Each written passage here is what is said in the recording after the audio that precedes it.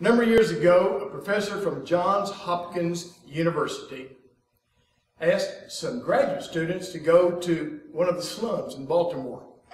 And the task was to find 200 boys and to interview them, get to know who they are, get to know about their background, and then to predict their future.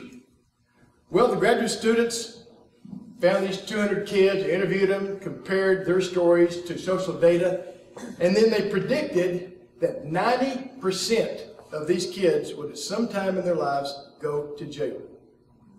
25 years pass, and another group of graduate students from Johns Hopkins go out to test the prediction.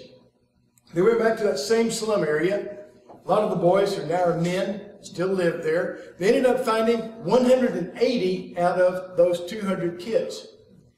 And as they interviewed them, they discovered that out of the 200 boys, only 4 of them had gone to jail.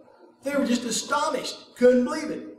They interviewed the kids further and said, well, how is it that you came from this crime-infested neighborhood and you never ended up spending time in prison? Time after time, the boys would say, well, there was this teacher. And they discovered as they interviewed the boys further that 75% of the time, it was the same teacher. Well, they found her in a nursing home and they interviewed her. They asked her, how on earth did you have such a tremendous impact upon the lives of these boys?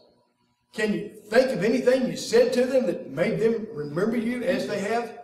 She thought a minute. She said, no, not really. And then as she thought back over the years and she recalled her experiences with those boys, she said, almost meditatively, as if almost to herself as rather than to the interviewers, you know, I sure did love those boys.